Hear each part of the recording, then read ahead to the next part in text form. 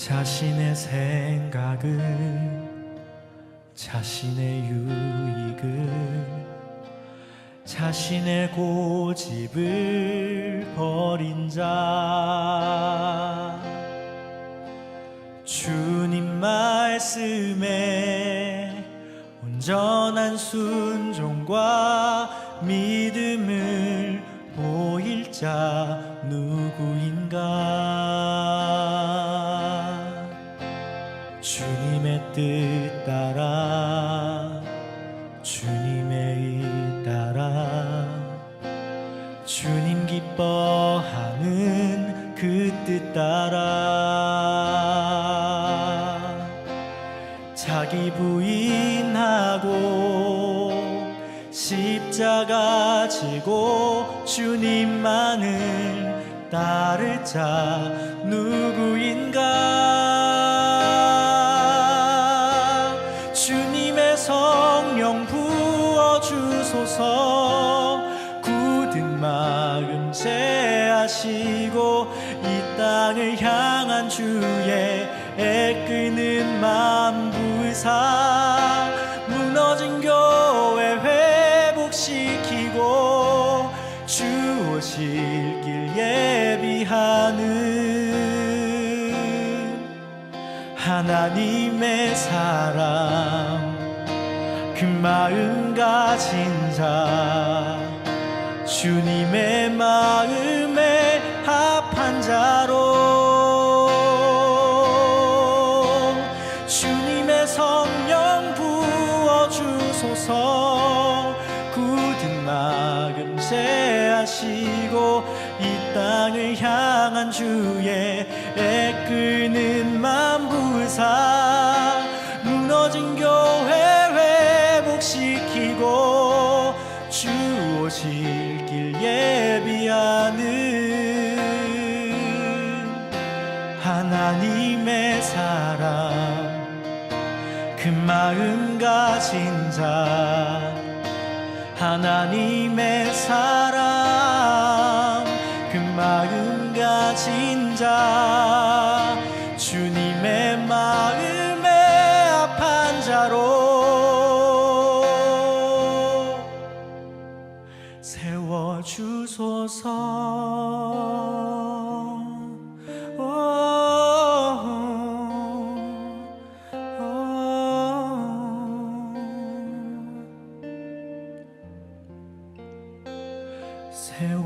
세워주소서.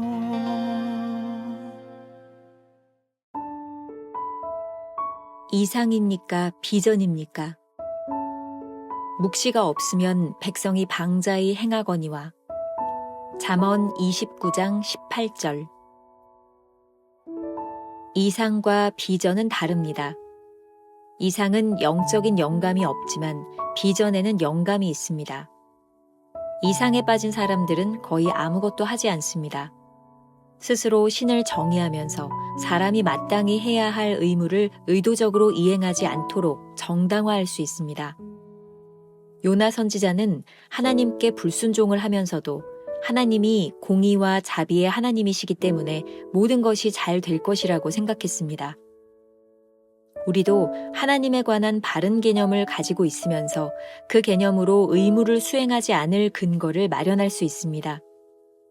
그러나 비전이 있는 곳에는 올바른 삶이 있습니다. 그 이유는 비전은 순종하고자 하는 도덕적 동기를 부여하기 때문입니다. 이상은 파멸을 초래할 수 있습니다. 영적으로 충만해져서 당신에게 이상만 있는지 아니면 비전이 있는지 확인해 보십시오. 5. 인간이 자신의 한계를 넘어설 수 있다면 하늘이 무엇을 위해 있겠는가? 묵시, 비전이 없으면, 즉 우리가 일단 하나님을 바라보지 않게 되면 우리는 무절제해지고 제멋대로 행하기 시작합니다. 기도를 던져버리고 작은 일들 속에서 하나님을 뵙는 것도 거부합니다. 우리의 모든 삶에서 스스로 주도권을 쥐고 행동하기 시작합니다. 만일 하나님께서 간섭하실 것을 기대하지 않고 자기 마음대로 행동하면서 자신의 능력을 믿고 살아간다면 이는 영적으로 내리막길을 가는 것이며 비전을 잃은 것입니다. 오늘날 우리의 삶의 자세는 하나님의 비전에서 나온 것입니까? 주께서 지금까지 하신 일보다 더 위대한 일들을 하실 것을 기대합니까? 우리의 영적 안목에 신선함과 활력이 있습니까? 김병삼 목사의 매일 만나 365, 오늘은 5월 9일 이상입니까? 비전입니까? 라는 제목으로 말씀을 나누겠습니다. 첫 번째 주제, 이상과 비전은 어떻게 다른가? 오늘 묵상에서도 챔버스는 그의 전형적인 방법론을 가지고 설명하고 있습니다. 이상, 영어로 ideal이라는 말과 비전이죠. 두 단어를 비교해 신앙의 길을 제시하는 것입니다. 이렇게 말하고 있습니다. 이상과 비전은 다릅니다. 이상은 영적인 영감이 없지만 비전에는 영감이 있습니다. 이상에 빠진 사람들은 거의 아무것도 하지 않습니다. 이상에 빠진 사람들은 자신이 해야 할 마땅한 의무에 대해 아무것도 하지 않으면서 스스로를 정당화합니다. 예를 들어 요나는 공의와 자비의 하나님이시라는 개념을 가지고 있었습니다. 그리고 자신의 이상에 확신이 들자 주어진 사명에 대한 자신의 의무를 스스로 판단합니다. 하나님께서 자신에게 주신 의무, 즉 니느웨에 가서 복음을 전하고 회개를 선포하라는 의무를 이행하지 않는 것을 정당화한 것이죠. 그러나 비전에는 우리를 올바른 삶으로 인도하는 힘이 있습니다. 비전 가운데 영적 동기를 부여받고 순종하기 때문입니다. 이상은 자신의 생각입니다. 하나님의 생각이 배제된 인간의 생각은 스스로를 멸망으로 인도합니다. 우리가 영적으로 충만하지 않으면 우리의 생각이 이상인지 비전인지조차 구별하지 못하게 됩니다. 이재철 목사님이 쓴 책 비전의 사람에 보면 비전의 사람이 되기 위해서 유념해야 될 5가지에 대하여 말하고 있습니다. 조금 길지만 오늘 묵상과 이렇게 잘 연결이 될 것 같아서 여러분들에게 소개합니다. 첫 번째, 현장의 중요성. 하나님의 비전은 언제나 삶의 현장에서 주어집니다. 바울이 책상 앞에 앉아서 자신의 비전이 무엇인가 골몰한 끝에 로마의 비전을 얻은 것이 결코 아닙니다. 만사를 제쳐놓고 심산유고 기도원을 찾아 금식기도하다가 얻은 것도 아닙니다. 매일매일 주어진 삶에 최선을 다하던 중 그 삶의 현장에서 자신을 통해 이루기 원하시는 하나님의 비전을 깨달았습니다. 두 번째, 지닌 것의 소중함. 하나님을 비전으로 삼는 자는 오늘은 곧 내일을 위한 예비라는 사실을 인식하며 사는 자입니다. 지금 내가 지니고 있는 것들은 내일 하나님의 비전을 이루기 위한 귀중한 도구들입니다. 지금 내게 주어진 상황이 어떠하든 그 상황 자체의 소중함을 알아야 합니다. 바로 그 상황을 거치는 것이 이 상황을 내게 주신 하나님의 비전이 이루어지는 길이기 때문입니다. 세 번째, 자기 세계의 확장. 하나님을 비전으로 삼은 사람은 끊임없이 자기 세계를 확장시켜 가는 자입니다. 여기에서 자기 세계의 확장이란 첫째, 자기 영성의 세계를 키워가는 것이고, 둘째, 사람의 세계를 확장하는 것이고, 셋째, 지리적 세계를 확장시켜 나가는 것, 넷째, 실력을 배양하는 것입니다. 네 번째, 이성적 신앙. 하나님을 비전으로 삼는 자는 이성적 신앙의 소유자가 되어야 합니다. 누구든 이성적 신앙의 소유자라야 하나님의 비전을 바르게 분별할 수 있고 자신의 전 생애를 그 비전을 실천하는 거룩한 산제물로 하나님께 바쳐드릴 수 있습니다. 다섯 번째, 결과로부터의 자유. 저 개인적으로 이 부분이 제일 중요한 부분일 것 같아요.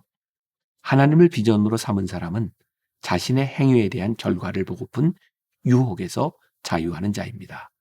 크리스천이란 영원을 사는 사람들입니다. 따라서 우리가 지금 주님을 위해 행하는 일의 결과를 우리 생애에 못 볼 수도 있지만, 그러나 영원 속에서 주님과 함께 반드시 확인케 될 것입니다. 우리가 기억해야 될 한 줄 노트. 우리가 영적으로 충만하지 않으면 이상과 비전 사이를 혼란스럽게 오갈 수 있습니다. 두 번째 주제, 비전이 없으면. 오늘 본문 잠언 29장 18절 말씀에서 비전이 없으면 백성이 방자히 행한다 라고 말합니다. 챔버스의 말입니다. 묵시, 즉 비전이 없으면, 즉 우리가 일단 하나님을 바라보지 않게 되면 우리는 무절제해지고 제멋대로 행하기 시작합니다. 하나님을 바라보지 않는 것은 삶의 주도권을 자기가 가지겠다는 태도입니다. 하나님이 개입하실 여지를 남기지 않는 것이죠. 하나님을 바라보지 않는 이들은 자신의 힘으로 무언가를 하겠다는 교만에 찬 사람들입니다. 이런 태도를 가질 때 점점 영적 내리막길로 갈 수밖에 없습니다. 반대로 우리에게 주님을 바라보는 비전이 있다면 주님께서 지금까지 하신 일보다 더 위대한 일을 꿈꿀 것입니다. 위대한 일을 꿈꾸는 사람에게는 신선한 활력이 넘치게 될 것입니다. 챔버스가 성경훈련대학에서 가르칠 때 그에게 별명이 있었답니다. 학생들이 챔버스를 보면 더 좋은 것이 온다. 이렇게 우리말로는 이렇게 확 와닿지 않지만 영어로 better to come, 이렇게 애칭으로 챔버스를 불렀다는 것이죠. better to come. 그가 어떤 사람이었는지 알 듯합니다. 비전의 사람은 늘 더 좋은 것을 꿈꾸며 살아갑니다. 만약 우리에게 비전이 없고 하나님의 생각을 볼 수 없다면 자신의 계획과 능력에 맞게 할 수 있는 일만 하지 않겠습니까? 반대로 하나님을 바라보는 비전이 있다면 하나님의 계획에 따라 자신의 한계를 넘는 일을 꿈꿀 것입니다. 현실 너머의 것이 보이기 시작할 때 기대와 기쁨을 누리지 않겠습니까? 언젠가 말씀을 묵상하다가 그런 생각을 했습니다. 우리가 비전을 갖는 것은 성품의 문제이구나. 비전은 단 한 번의 결심이나 계기로 갖는 것이 아닙니다. 끊임없이 하나님을 바라보는 사람의 내면에 성품으로서 자리를 잡는 것입니다. 제가 예전에 썼던 설교문의 일부인데 여러분들과 좀 나누겠습니다. 비좁은 감방에 갇힌 죄수 2명의 이야기입니다. 감방에는 빛이라고는 전혀 없고 단지 눈높이에서 석자 위에 자그마한 창문이 나 있을 뿐이었습니다. 물론 두 죄수는 그 창문을 쳐다보며 많은 시간을 보냈습니다. 한 명이 본 것은 엄연한 현실을 일깨워주는 차가운 쇠창살이었습니다. 그는 날마다 점점 풀이 죽고 비탄에 젖어 분통을 터뜨리는가 하면 절망했습니다. 이와 대조적으로 다른 죄수가 본 것은 그 창문 너머에 있는 별이었습니다. 자유의 몸으로 새 생활을 시작할 것을 생각하면 그는 희망이 샘솟았습니다. 사실 별보다 창살을 보기가 훨씬 쉽습니다. 하지만 현실에서 별을 보는 사람을 우리는 비전의 사람이라고 말합니다. 이 시대에 필요한 사람이 있다면 바로 현실 가운데 비전을 보는 성품을 가진 사람이 되는 것입니다. 현실 그 너머에 있는 것을 볼 수 있는 능력, 그리고 어떻게 그런 능력을 소유한 성품의 사람이 될 수 있을까요? 비전을 소유한 사람들의 성품 중에 하나는 늘 문제의 해결이 가능하다고 보는 시각입니다. 이러한 성품의 사람은 늘 긍정적이며 소망을 품고 살아갑니다. 나의 능력이 다한 곳에서 하나님의 능력이 다하지 않았다는 것을 믿는 사람의 능력입니다. 혹시 여러분 스스로 너무 작게 생각하고 있는 것은 아니신가요? 우리가 기억해야 될 한 줄 노트. 올바른 삶의 자세는 하나님을 바라보는 순간들이 모여 비전이 되고 그 비전이 성품을 이루는 것입니다. 오늘 하루 이런 질문을 가지고 살아봅시다. 당신은 비전의 성품을 이루기 위해 어떤 노력을 하고 있습니까? 기도하겠습니다. 오늘 말씀을 통해 하나님께서 우리들에게 주시는 좋은 지혜가 있습니다. 우리가 이상을 꿈꾸고 사는 사람인지 하나님 주시는 비전을 품고 사는 사람들인지, 하나님 주시는 비전은 하나님을 바라볼 때 생기는 것입니다. 나의 능력이 아닌 하나님의 능력을 의지할 때 우리들에게 주어지는 것입니다. 한 가지 우리가 더 품고 꿈꾸며 기도하고 싶은 것, 비전이 우리의 인생의 한 번으로 끝나는 것이 아니라 우리 사랑하는 성도들의 삶에 성품이 되게 하여 주셔서 늘 우리들의 삶에 주님을 바라보며 비전을 꿈꾸며 승리하는 주의 백성들이 되게 하여 주옵소서.